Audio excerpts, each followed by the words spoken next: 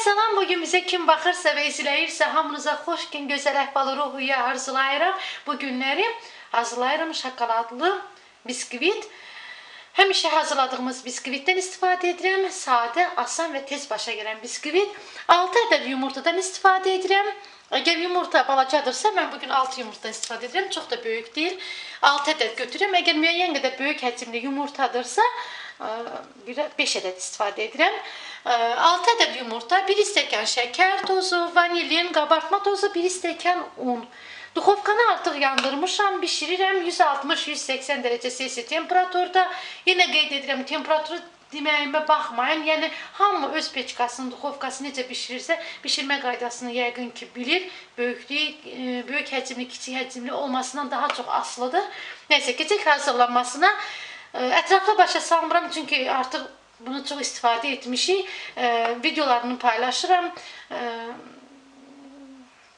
Karamelli biskvitin hazırlamasında da bu biskvitdən istifadə etmişəm.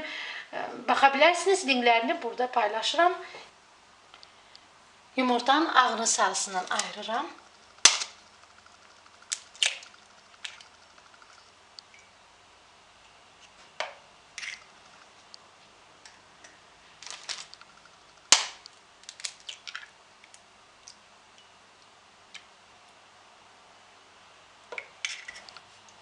Mikserlə qarışdıra-qarışdıra, demək şəkər tozunu hissi əlavə edirəm.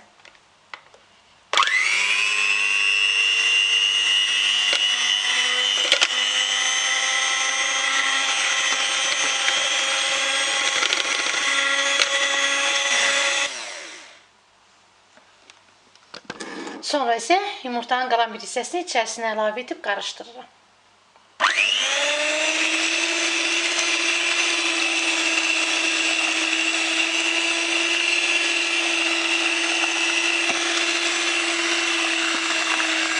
Bir stəkan un,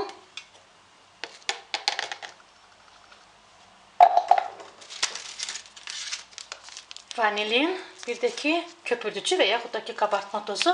Əgər yemək sodasından istifadə ediriksə, yemək sodasının üzərinə ya üzüm sirkəsi 1-2 damcı əlavə edirik və yaxud da ki limon şirəsi.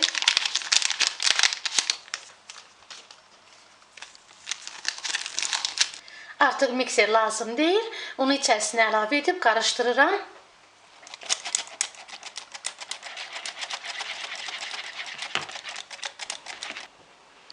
Bu şəkildə hazır. Hələlik bir kənara qoyuram. Tavanı yağlayın və yaxud da ki un səpin.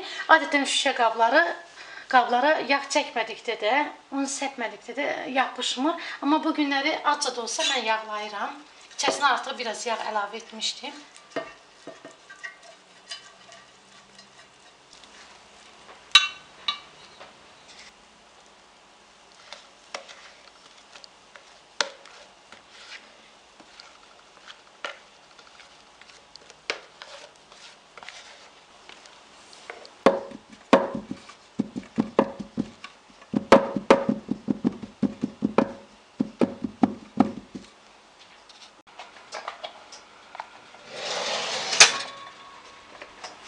Bir balaca qazanın içərisinə 1 stəkan şəkər tozu əlavə edirəm.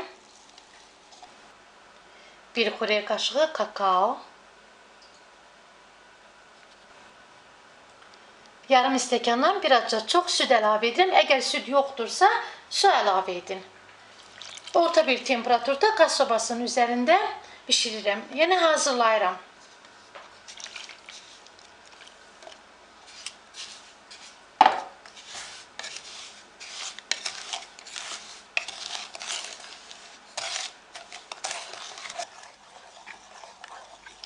Artıq hazır. Bir kənara çəkirəm, gözləyirəm ki tam soyusun.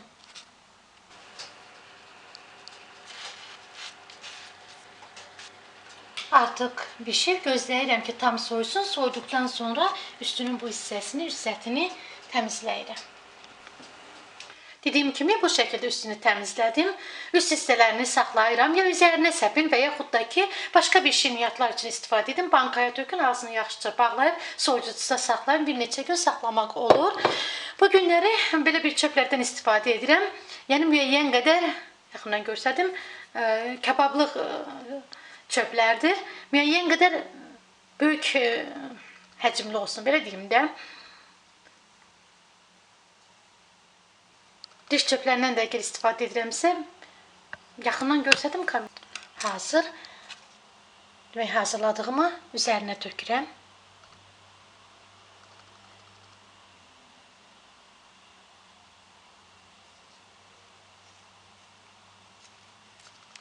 Çalışıram ki, hər bir tərəfinə yaxşıca tökülsün.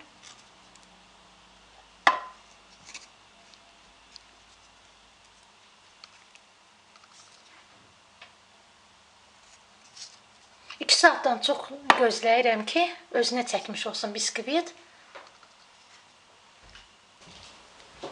Doğrayıram, sonrası üzərinə krem və şokolad əlavə edirəm. Kim necə istəyirsə üzərini istədiyiniz kimi bəzəyə bilərsiniz. Bugün də hazırladığım bu qədər, bildiyimi sizlərlə paylaşdım, bölüşdüm. Siz də bildiklərinizi belə mənə yazmağı unutmayın. Sağollaşmıram, yenə də hələlik deyirəm.